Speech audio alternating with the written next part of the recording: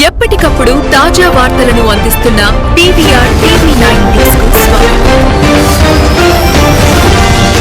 RTC retired ఉద్యోగుల ధర్నాకు తెలంగాణ రక్షణ ట్రేడ్ యూనియన్ మద్దతు. తెలంగాణ రక్షణ సేన నాయకురాలు శ్రీమతి కల్వకుంట్ల కవిత నేతృత్వంలో తెలంగాణ రక్షణ ట్రేడ్ యూనియన్ ఆర్టీసీ రిటైర్డ్ ఉద్యోగుల ధర్నాకు సంఘీభావం తెలుపుతూ మద్దతు ప్రకటించింది.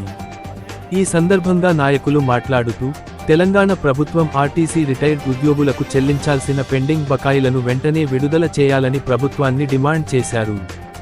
ఉద్యోగుల న్యాయమైన సమస్యలను ప్రభుత్వం త్వరితగతిన పరిష్కరించాలని కోరారు. లేనిపక్షంలో ఆర్టీసీ కార్మికులు, రిటైర్డ్ ఉద్యోగుల హక్కుల కోసం తెలంగాణ రక్షణ ట్రేడ్ యూనియన్ నిరంతరం అండగా నిలిచి, వారి డిమాండ్లు నెరవేరే వరకు పోరాటానికి పూర్తి మద్దతు అందిస్తామని భరోసా ఇచ్చారు. ఈ కార్యక్రమంలో తెలంగాణ రక్షణ ట్రేడ్ యూనియన్, భవన మరియు ఇతర నిర్మాణ కార్మిక సంఘం రాష్ట్ర అధ్యక్షుడు ఎత్తరి గణేష్తో పాటు పలువురు నాయకులు, కార్యకర్తలు పాల్గొన్నారు.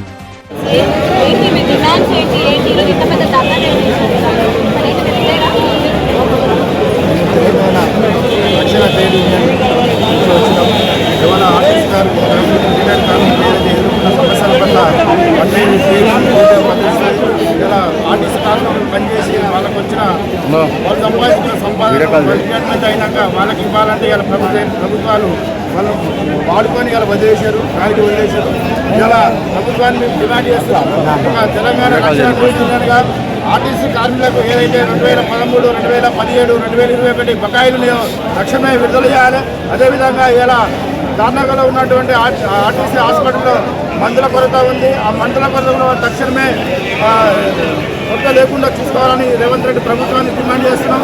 అదేవిధంగా కార్మికులకు ఇలా ఫ్రీ బస్సు పెట్టి ఇలా ఆర్టీసీ కార్మికులు రిటైర్మెంట్ అయిన కార్మికులు వాళ్ళు పోవాలంటే చాలా ఇబ్బంది అవుతుంది.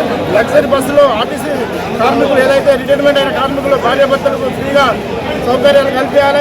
ఏదేమైనా ఇవాళ ప్రభుత్వం ముందు వైఖరిని ఇవాళ ఆర్టీసీ కార్మికుల మీద చూపడం చాలా దౌర్భాగ్యం. ఇవాళ కార్మికులు సంపాదించుకునే సంపాదన వాళ్ళ కోసం ఇవ్వాలంటే ఇలా ప్రభుత్వం ఏదో తన దాచిపెట్టిన డబ్బులు ఇవ్వాలని ఇలా చూస్తుంది. కార్మికుల కష్టాలను కూడా చూస్తుంటే ఏ పార్టీ కూడా వదులుకోదు. దయచేసి రేవంత్ రెడ్డి ప్రభుత్వాన్ని ఒకటే డిమాండ్ చేస్తున్నాం. ఇవాళ తెలంగాణ ట్రేడ్ యూనియన్ పక్షాన ఈ కార్మికులకు అండా ఉంటుంది.